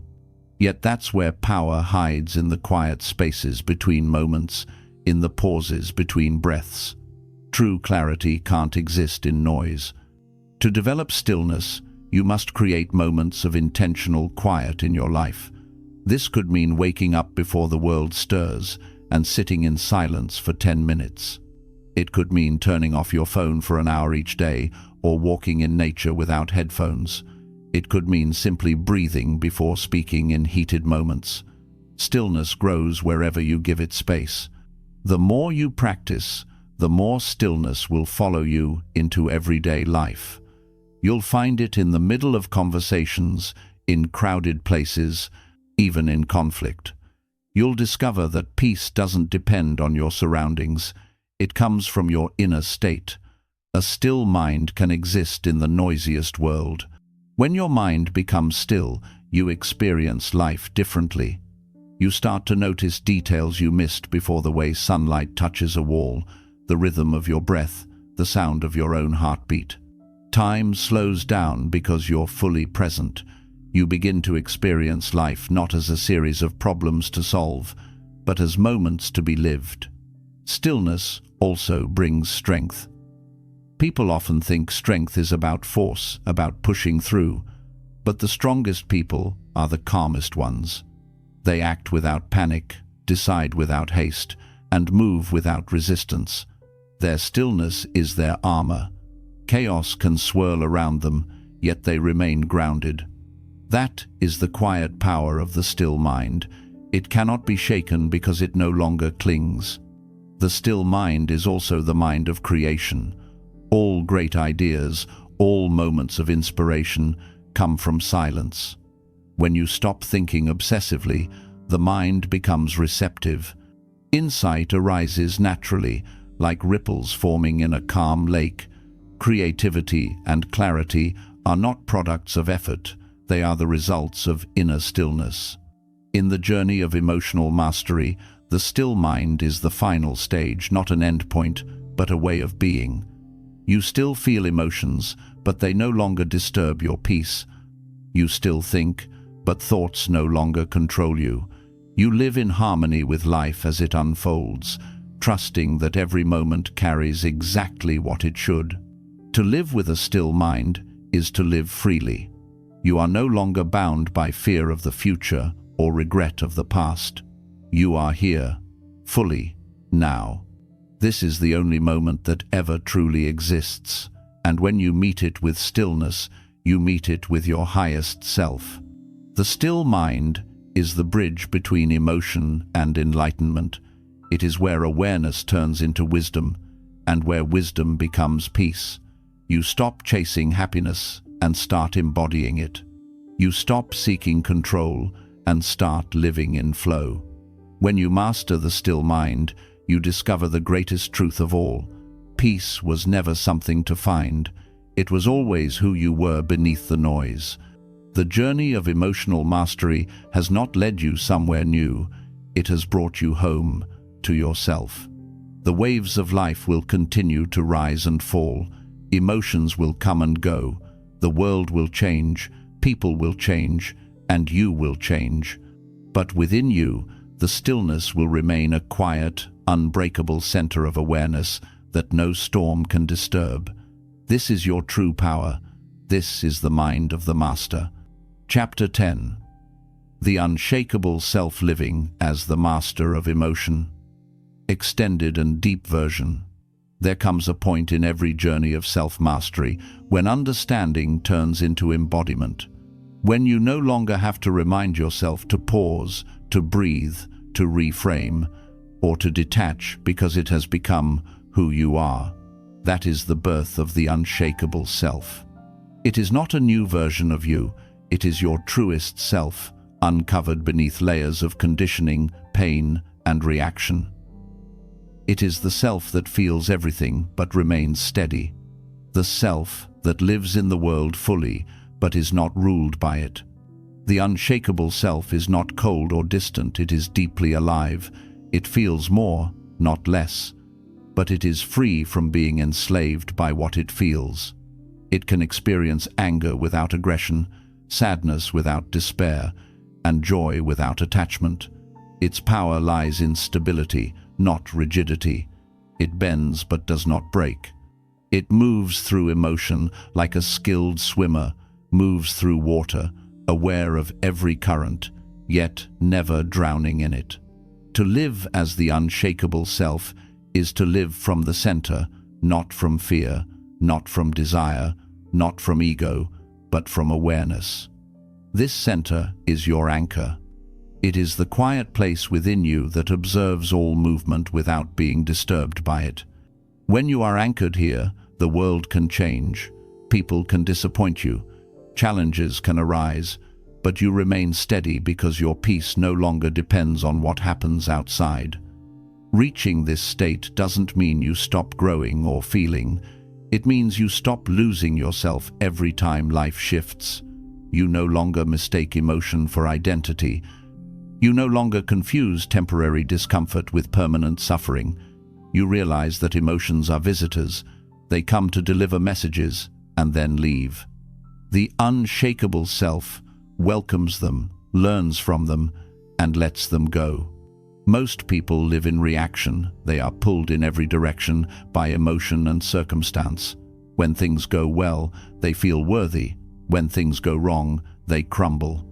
But the unshakable self has learned that peace built on conditions is not peace at all. Real stability begins when your inner world remains steady regardless of the outer world. This kind of strength cannot be faked. It is earned through deep self-awareness, through facing your emotions rather than fleeing from them.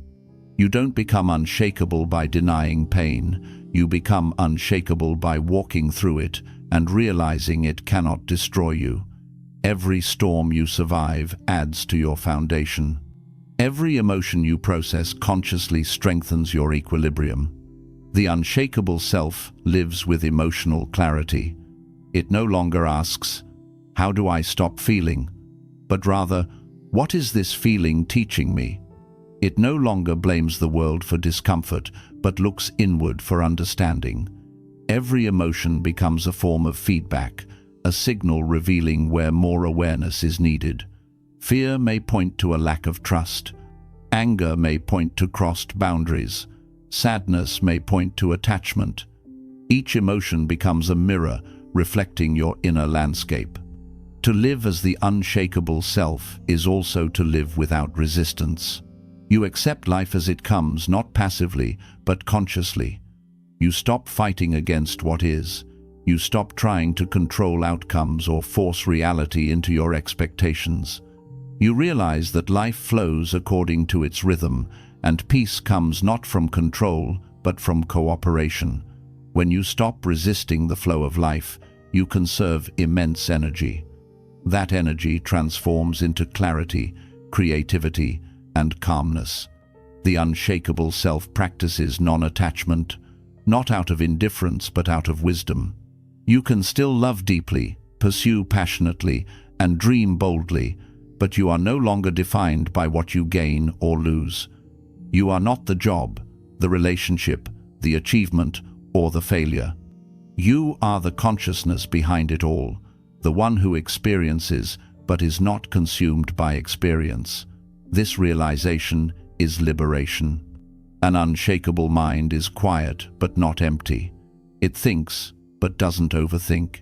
It plans but doesn't obsess. It feels, but doesn't collapse. It allows the flow of life to move freely while remaining centered in awareness. This balance of engagement and detachment creates an incredible sense of freedom. You can be in the world fully, yet remain untouched by its chaos. In practice, living as the unshakable self means developing emotional resilience. Life will still bring uncertainty, loss, disappointment, and challenge. But instead of breaking you, these experiences refine you. You begin to see hardship as training for strength. Each test of patience builds more patience. Each heartbreak builds more compassion. Each moment of fear builds more courage. Adversity no longer feels like punishment. It becomes initiation. To cultivate this resilience, learn to return to stillness quickly. The unshakable self is not one that never wavers. It is one that returns to center faster each time it does. When anger rises, you pause. When fear creeps in, you breathe. When sadness weighs you down, you observe. You recover faster because you no longer identify with the emotional turbulence. You recognize it as temporary weather in the vast sky of your awareness. The unshakable self also lives with clarity of values. Emotional mastery is not just about managing feelings, it's about aligning them with purpose. When you know who you are and what you stand for, emotions lose their power to derail you. You may still feel doubt or temptation, but you stay aligned because you have direction.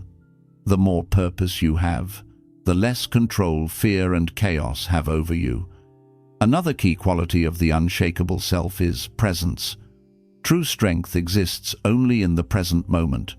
Anxiety lives in the future, regret lives in the past, but peace lives here and now.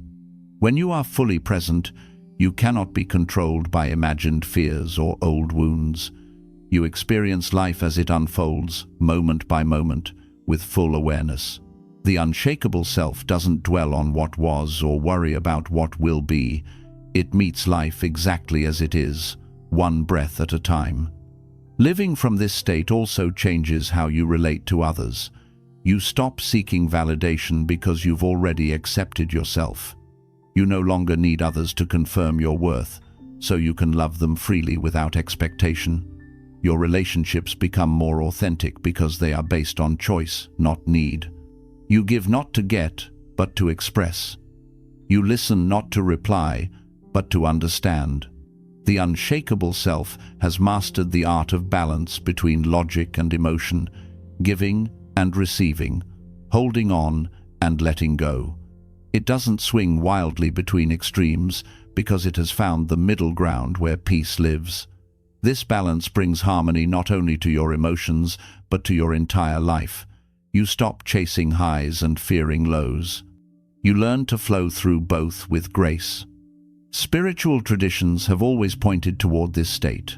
The Buddha called it equanimity, the Stoics called it ataraxia, and modern psychology calls it emotional regulation. But words aside, the essence is the same: calm strength rooted in awareness.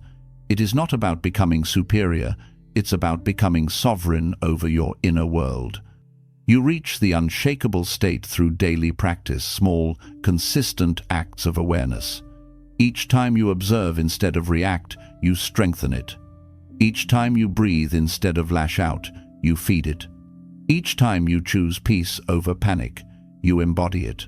Eventually, peace stops being something you visit. It becomes where you live. The unshakable self understands that emotion is energy, and energy must move. You don't block it, you channel it. You let anger become determination, fear become caution, sadness become empathy, and joy become gratitude. You no longer waste energy on resistance or reactivity. You direct it toward creation, purpose, and love. The result is a life lived with quiet power. You become the calm in every storm, the grounded presence others look to when things fall apart. You don't need to prove strength. Your peace proves it for you. You inspire not through words, but through energy. People feel safer around you because you are safe within yourself. The unshakable self is not an end point, it's a way of living. It's not about being untouched by life's challenges, but about being unbroken by them. It's about walking through the fire and realizing you are the fire, untamed, illuminating, indestructible. When you live as the unshakable self, life no longer feels like something happening to you. It feels like something happening through you. You become a vessel for awareness, a channel for wisdom, and an instrument of calm. The world outside may shake, but within you there is stillness. You are no longer a victim of your emotions. You are their master, their guide, their witness. And that mastery does not make you less human, it makes you fully human. Because true humanity is not about feeling less, it's about feeling everything and still choosing peace. The final stage of emotional mastery is not control, it is freedom. Freedom from reaction, freedom from attachment, freedom from fear. Freedom to live, to love, to create, and to simply be. You have walked through awareness, through pain, through growth, and now through integration. You have learned to listen to your emotions, to understand them, to transform them.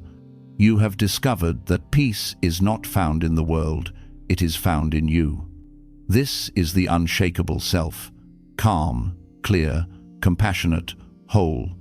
Not untouched by emotion, but untouched within emotion. Not above life, but deeply, beautifully alive in it. This is what it means to master your emotions before they master you. Chapter 11. The Path Beyond Emotion, Living in Alignment and Flow. When you reach the stage of mastering your emotions, you arrive at a new threshold, a level of being where emotion no longer feels like a battle, but a rhythm. This is the path beyond emotion, a life of alignment, where awareness, purpose, and peace merge into one continuous flow.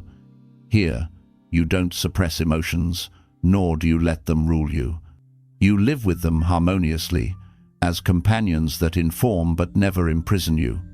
Most people live their lives as if emotions are storms to survive. But when you master yourself, emotions become winds that carry you. You learn to steer, not resist. The path beyond emotion is not about leaving feeling behind, it's about transcending its chaos while keeping its wisdom. It's about living in harmony with what you feel, while remaining grounded in who you are. From control to harmony.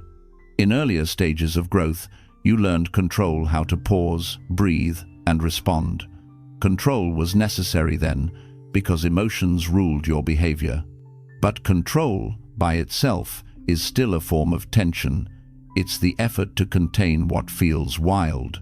The path beyond emotion is no longer about control, it's about harmony. Harmony means flow. You no longer fight to manage emotion, you simply understand it so deeply that it moves through you effortlessly. When joy comes, you embrace it fully without clinging.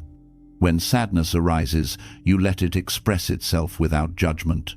When anger flares, you recognize its signal and channel it wisely. The waves still come, but you surf them instead of drowning. The key to harmony is acceptance. Emotion is energy, and energy flows only where it's allowed.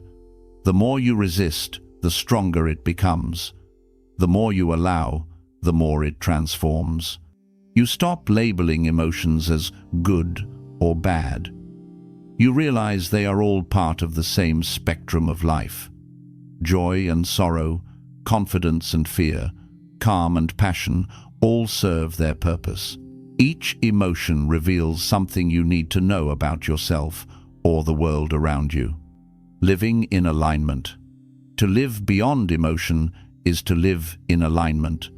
Alignment means your thoughts, emotions, and actions are no longer in conflict. What you believe, what you feel, and what you do begin to flow in the same direction. Most people live fragmented lives. They think one thing, feel another, and act against both. That fragmentation creates emotional turmoil. Alignment heals it. Alignment begins with truth. You stop lying to yourself about what you want, who you are, and what you feel. Every time you deny your inner truth, you create inner resistance, and resistance breeds suffering. But when you live honestly, you experience peace even in challenge, because you are no longer divided within yourself. You may still face difficulty, but you face it whole. Living in alignment also means acting according to your highest values, not your temporary emotions. Emotion says, "I'm hurt, so I'll hurt back." Alignment says, "I'm hurt, but I'll respond with wisdom." Emotion says, "I'm afraid, so I'll avoid this." Alignment says, "I'm afraid, but I'll walk forward with courage." When your actions reflect your principles instead of your reactions, you live from integrity. And integrity is emotional freedom. It frees you from guilt, regret, and confusion. Alignment brings clarity. You stop chasing every impulse because you understand what truly matters. You no longer seek validation or escape. You act from purpose. You become less concerned with how things appear and more focused on how they feel in truth. Presence, the heart of flow. Beyond emotion lies presence, the purest state of awareness. Presence is not just being physically here, it's being mentally, emotionally, and spiritually here. When you are present, you are not lost in memory or worry. You are awake to the moment. You see, hear, and feel life as it unfolds. Presence is the ultimate regulator of emotion because emotion lives in time, regret in the past, anxiety in the future. In the present moment, those emotions lose their foundation. When you return to now, emotion transforms into sensation, and sensation is easy to handle. Presence brings flow, the effortless state where your actions arise naturally, without struggle or hesitation. You stop forcing and start allowing. You respond with grace instead of effort. The more present you are, the less life feels like something you must control, and the more it feels like something you can dance with. Presence is the bridge between mind and heart, between awareness and emotion. It allows you to feel deeply while staying grounded. It teaches you that the goal is not to escape emotion, but to meet it with full awareness and move through it consciously. The integration of mind, heart, and spirit. When you transcend the reactive cycle of emotion, your mind, heart, and spirit begin to operate as one. The mind provides clarity, the heart provides compassion, and the spirit provides wisdom. Each works in harmony with the other. The unbalanced mind tries to control everything. The unbalanced heart gets lost in feeling. The unbalanced spirit tries to escape reality. But when these three are aligned, you move through life with wisdom, love, and strength in equal measure. Your mind no longer argues with your heart. Your emotions no longer contradict your purpose. You experience a deep sense of coherence, a feeling that every part of you is moving together in rhythm with life itself. This is the beginning of what many call enlightened emotion, emotion that is fully felt, deeply understood, and consciously directed. You no longer deny or drown in emotion. You dance with it as a partner, learning from every step. Freedom through understanding. Emotional mastery was never about control, it was about freedom. Freedom from emotional slavery, from the constant push and pull of moods, fears, and desires. But freedom doesn't mean you stop feeling, it means you stop suffering because of feeling. You can feel anger without hatred. You can feel fear without paralysis. You can feel sadness without despair. You become free not because emotion disappears, but because it loses the power to imprison you.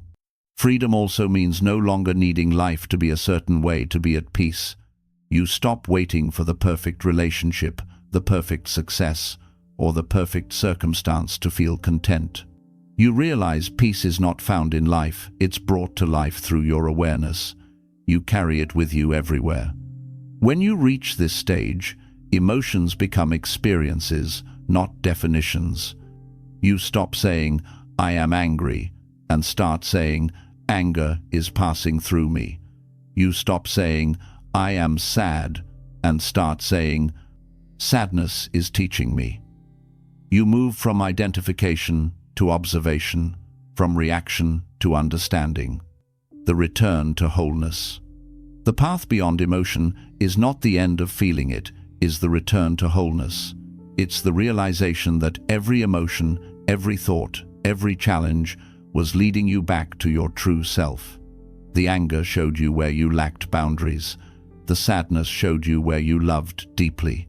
The fear showed you where you needed courage. Each one was a teacher in disguise. Wholeness means you no longer divide yourself into good and bad, strong and weak, positive and negative. You embrace all parts of yourself, the light and the shadow, the calm and the chaos, as necessary expressions of your humanity. You realize that peace is not found in perfection, but in acceptance. This is the paradox of mastery. When you stop trying to be perfect, you become powerful. When you stop resisting what you feel, you become free. When you stop fighting emotion, you become whole, living in flow. To live beyond emotion is to live in flow, a continuous, effortless engagement with life. You don't force outcomes, you align with them. You don't chase meaning, you embody it. You don't seek balance, you are balance. You trust yourself completely because you've met every part of yourself. You trust life because you've seen that every experience, even the painful ones, serves a purpose. You no longer ask, "Why is this happening to me?" but "How is this happening for me?" Flow means responding to life intuitively, without resistance. When it's time to act, you act. When it's time to rest, you rest. You move with the rhythm of the moment instead of fighting against it. You understand that the universe is not your opponent, it is your partner. In this state, emotion becomes movement, and movement becomes meaning. You are no longer trying to master emotion, you are dancing with it, in perfect rhythm. The eternal lesson. The path beyond emotion is not a destination, it is a way of being. You will still face challenges, you will still feel pain, and you will still experience joy. But none of it will shake you, because you no longer depend on emotion for identity or direction. You will live each day with clarity, act with intention, and feel with awareness. You will speak with kindness, love with freedom, and walk with purpose.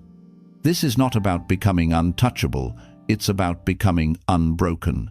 Not about avoiding life, but embracing it fully, consciously, beautifully. When you live beyond emotion, you live as truth itself, still, aware, and deeply alive. You become not the emotion, not even the observer of emotion, but the space in which emotion, thought, and life itself unfold. And in that space, there is only peace. There is only flow. There is only you, whole, infinite, and free. Chapter 12. The Peaceful Warrior, Walking Through Life with Mastery and Grace. There is a moment, after you've walked through the storms of your own emotions, when something profound dawns within you. Life was never about avoiding chaos. It was about learning to remain peaceful within it. This realization marks the birth of what can be called the peaceful warrior. The peaceful warrior is not one who has escaped life's battles, but one who walks through them with stillness, presence, and purpose. They are not untouched by pain, they are unbroken by it. They are not free from emotion, they are free within emotion. They fight no one, not even themselves. Their strength is not in resistance, it is in understanding. To become a peaceful warrior is to embody emotional mastery in every moment, not as a technique, but as a way of being. It's the merging of power and peace, fierce yet calm, disciplined yet compassionate, awake yet humble. It is the art of moving through the world with courage and clarity, with a heart that feels everything and a mind that remains unshaken. The nature of the peaceful warrior. A peaceful warrior doesn't seek to conquer others, they seek to conquer the illusions within themselves. They understand that the real battles are not external, they are internal. Fear, anger, pride, doubt, and attachment are the true opponents. And the battlefield is not the world outside, but the space within the mind. The warrior who has not mastered themselves fights endless wars with the world. The one who has mastered themselves finds peace even amidst conflict. This is not weakness, it is the highest form of strength. Because it is easy to act out of rage, but it takes true power to remain calm in the face of it. The peaceful warrior doesn't live to prove, they live to serve. They don't fight to dominate, they fight to protect what is sacred, peace, truth, and awareness. Their strength is quiet, not boastful. Their victories are internal, not on display, and their presence alone calms others, because peace, when embodied, is contagious. Discipline and flow. The path of the peaceful warrior is one of disciplined freedom. At first glance, discipline and freedom may seem opposite, but in truth, they are one. Freedom without discipline leads to chaos. Discipline without freedom leads to rigidity. The peaceful warrior balances both. Discipline gives structure to the mind and clarity to emotion. It is not about control, it is about direction. The warrior rises each day with intention, not because life is easy, but because purpose gives life meaning. They know that the mind, left untrained, drifts toward fear and distraction, so they cultivate awareness daily through stillness, reflection, and action guided by principle rather than impulse. Yet discipline is not harsh. The peaceful warrior does not force themselves through life. They flow through it consciously. When it is time to act, they act with full heart. When it is time to rest, they rest without guilt. Their discipline is rooted in self-respect, not self-punishment. This harmony between structure and flow creates an inner rhythm, a way of living where nothing feels rushed, yet everything gets done. It is the dance between effort and ease, between striving and surrender. The power of intention.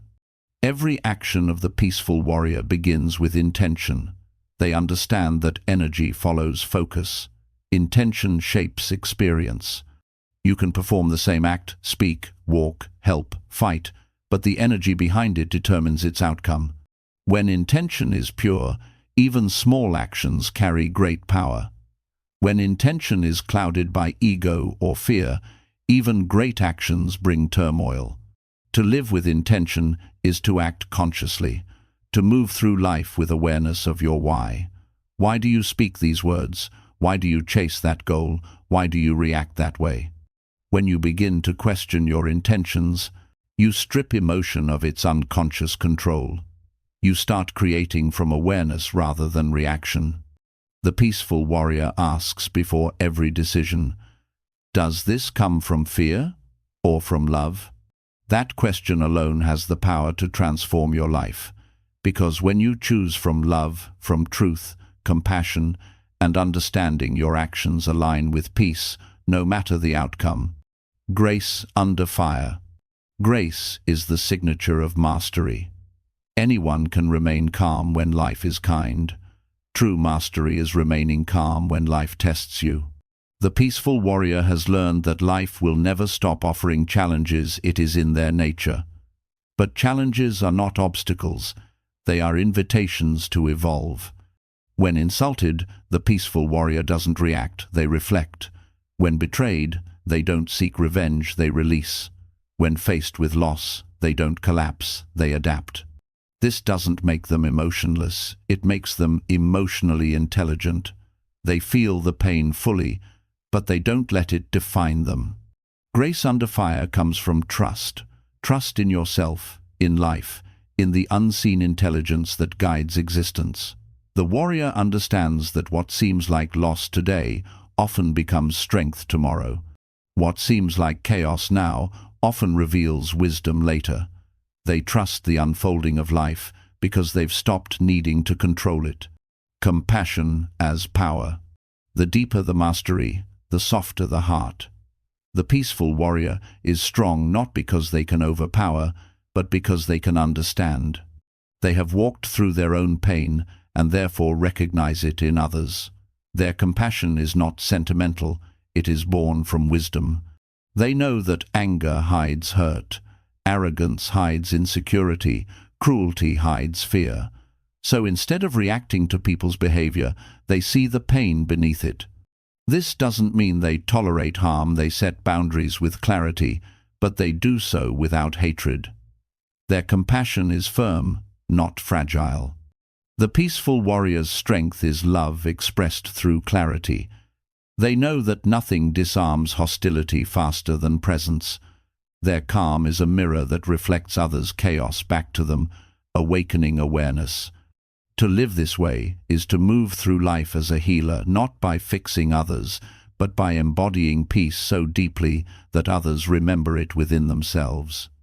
The simplicity of being. When you reach the level of the peaceful warrior, life becomes simple again, not because it is easier, but because you are clearer. You no longer chase endless desires. You no longer need to prove or possess.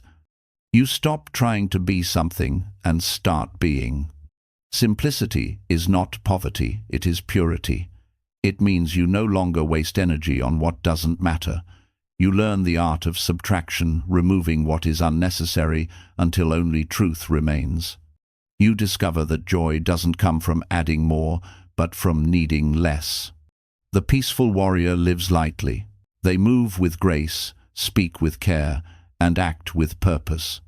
Their power lies not in doing more, but in being more aware of what they do. Every step becomes deliberate, every word mindful, every silence meaningful. The legacy of presence. The peaceful warrior doesn't seek fame or recognition. They understand that the greatest legacy is not what you leave behind, but what you leave within others. Presence is their legacy, the quiet power that touches lives without trying. You don't need to be a teacher, leader, or philosopher to embody this. You only need to live with awareness, compassion, and consistency. The energy you bring to a room, the calm you carry through conflict, the kindness you show to strangers, these ripple through time in ways you may never see. The world changes not through force, but through frequency, and the frequency of peace, when lived fully, is the most powerful vibration there is. The final lesson. Becoming a peaceful warrior is not about becoming perfect, it's about becoming real. It's about meeting life exactly as it is, moment to moment, without fear or resistance. It's about living with open eyes, open heart, and open hands. You will still feel, still stumble, still fall, but you will rise each time with more grace, more awareness, more light. Because you have learned that peace is not a destination, it is a discipline, a practice, and a way of walking through the world. The peaceful warrior does not retreat from emotion. They move through it with mastery. They do not deny life. They embrace it with wisdom. They do not seek escape. They embody presence. They live knowing that storms will come and go, but their center will always remain. They live knowing that love, awareness, and truth are the only things worth carrying. In the end, the path of the peaceful warrior is the path of all human growth, the journey from reaction to awareness, from chaos to clarity, from fear to love. To walk this path is to live not as a victim of life, but as a master of it. So, walk gently, but walk with strength. Speak softly, but with truth. Act boldly, but from peace. And wherever you go, let your presence remind others that it is possible to feel deeply, to live fully, and to remain unshakably at peace. That is the way of the peaceful warrior. That is the way of the master. Mastering your emotions is not the end of the journey, it is the beginning of truly living. It is the moment when you stop being driven by impulse and start being guided by awareness. When you no longer chase peace, because you are peace, life will not stop testing you. There will still be moments of anger, fear, doubt, and sadness, but you will face them differently now. You will not react, you will respond. You will not collapse, you will observe. You will not run from what you feel. You will walk through it consciously, knowing that every emotion carries wisdom and every challenge refines your strength. Emotional mastery is not about becoming perfect or untouchable. It's about becoming real, authentic, grounded, and free. It's about understanding that your emotions were never your enemy. They were your teachers. Each one led you deeper into awareness, until you discovered the stillness within the unshakable center that no storm can reach. Now, you walk differently. You speak differently. You live differently. You understand that calmness is not weakness, it is power. That gentleness is not surrender, it is strength. That peace is not passive, it is the highest form of wisdom. Carry this mastery quietly. You don't need to announce it, your energy will speak for you. Your presence will calm others, your clarity will inspire them, and your steadiness will remind them that peace is possible, even in a world built on noise. This is your journey to live each moment with awareness, to feel deeply but remain free, to love without fear, and to face life with the heart of a warrior and the soul of a sage. When you master your emotions before they master you, you no longer live at the mercy of the world. You live as its witness, its student, and its creator. And in that still, unwavering awareness, you discover the truth that was always waiting for you. You were never meant to control the storm. You were meant to become the calm within it.